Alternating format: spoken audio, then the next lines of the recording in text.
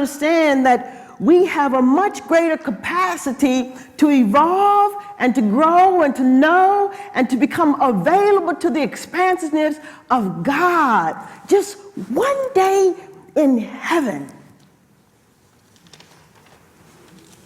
Change nothing. Let this day be the day that you declare that you're going to stand in and experience the expansiveness, the ever-increasing good that is at hand. That's heaven. Just one day. We are to evolve and grow to see a greater capacity, to see things differently. That's what change told us. And in order to see this, we're going to have to practice until there's a change inside of me. That nothing outside of me has to change.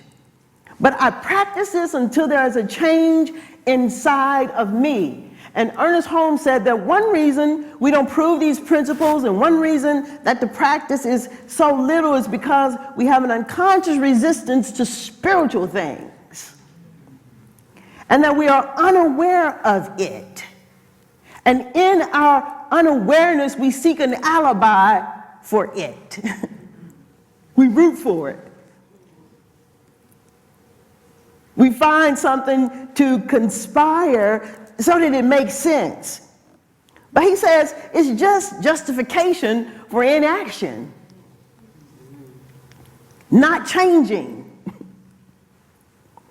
And we said that this thing then, this spiritual thing then, that it's love. That it's love. And Dr. Martin Luther King Jr. reminded us that it is love that will save our world. I'm not talking about our world outside of us. I'm talking about the world that's within us. You got to receive this and hear this point right here. It is love that'll change our world. He said that in his sermon titled Loving Your Enemies, he said that the first analysis then is with self.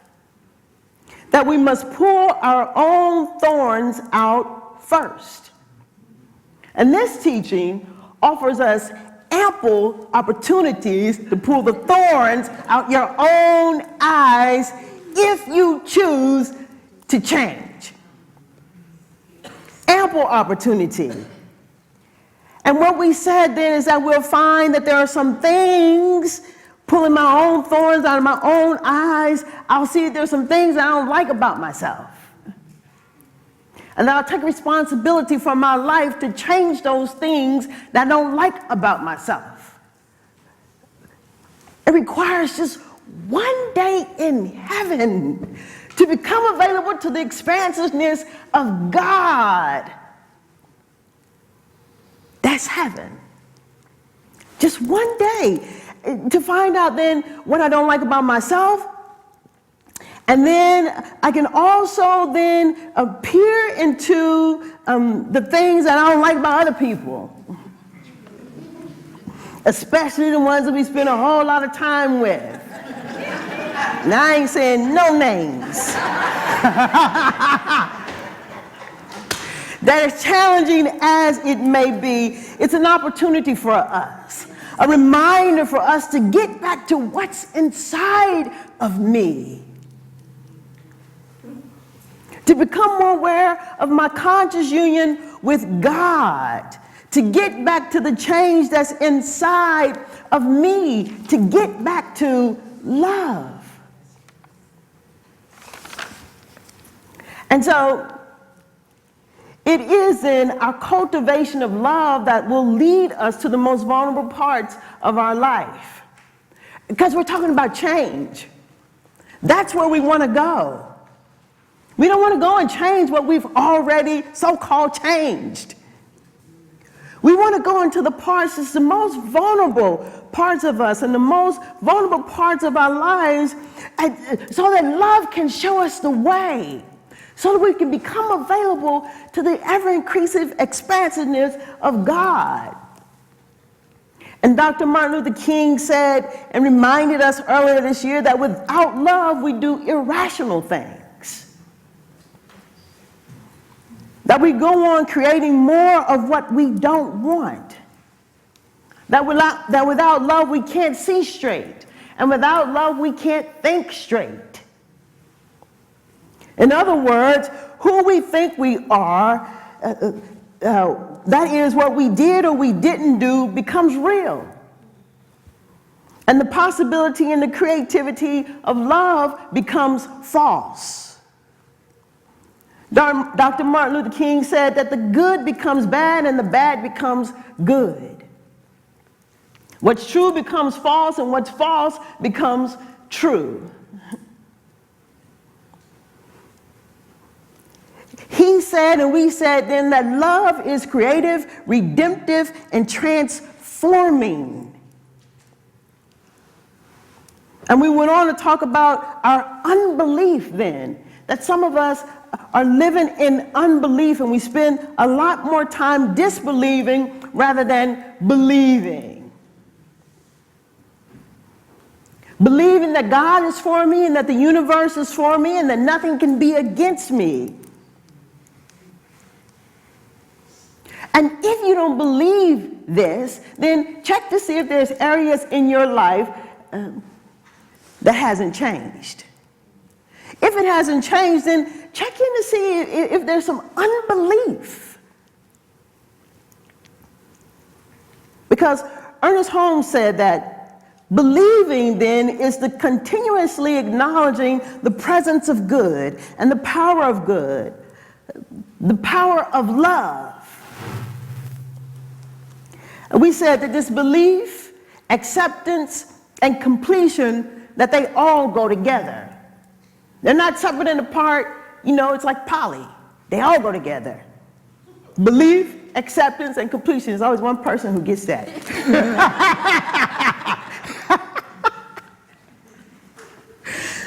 And Joel Goldsmith, he reminded us this year that the spiritual universe has a different set of values. That it demands that every form be broken. Change. No matter how good it is.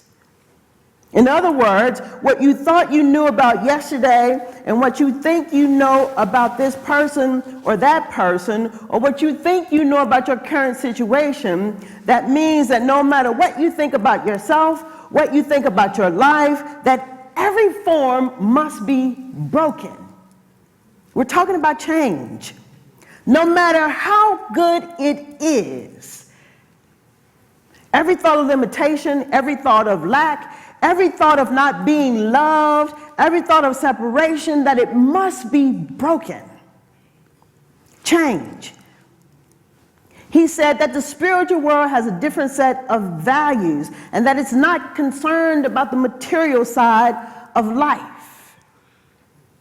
And that disbelief forever remains on the material side of life. What that means is that we can no longer depend on our senses in this world. We have to depend on that something greater, where we are so willing to let go of changing, that nothing has to change, but that we stand in the power and presence of the ever-increasing expansiveness, good of God. That's heaven. We have to know that we can no longer deny the supremacy of God in our life, and that we can no longer deny the power that lies within. To change our disbelief or our unbelief, we've got to get through first what the world says. And then when we get through what the world says, we've got to get through what our brothers and our sisters say and what they tell us. And when we've done that, we've got to get through what Dad said and what Dad has told us. And after we've done that, we got to get through what Mama said. And we know how hard it is to get beyond what Mama said.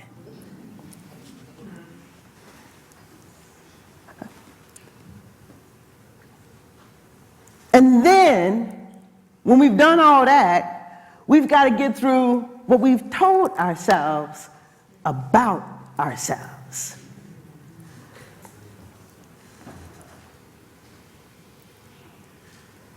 So we said then not to let us forget the importance then of this day, of this moment, not to forget the offerings of this day, because none of our affairs are under the verdict of yesterday.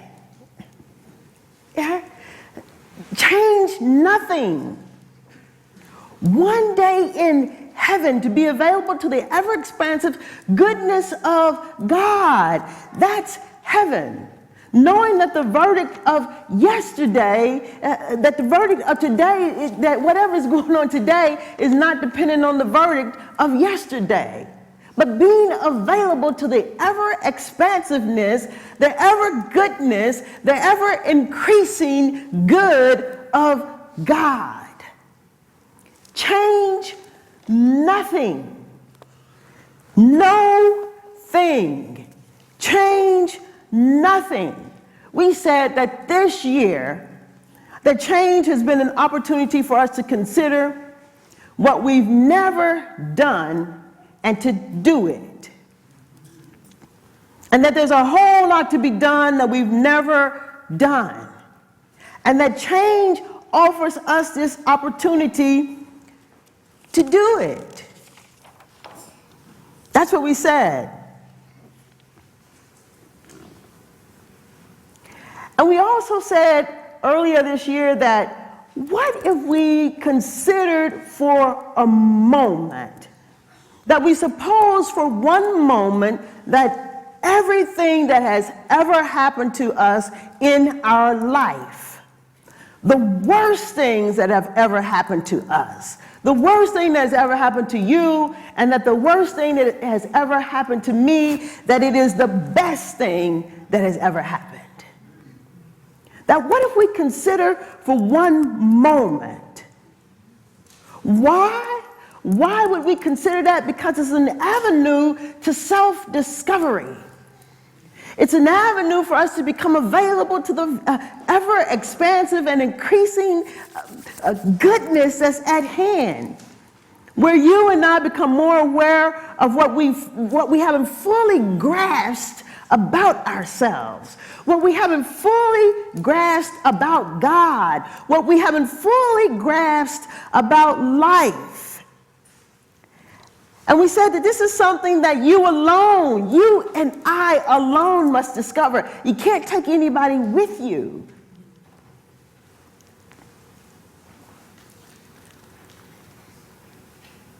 And that it calls forth in that God-given something within us that is forever at the center of our being, which is spiritual. Which is spiritual. And we wind it up saying this about change.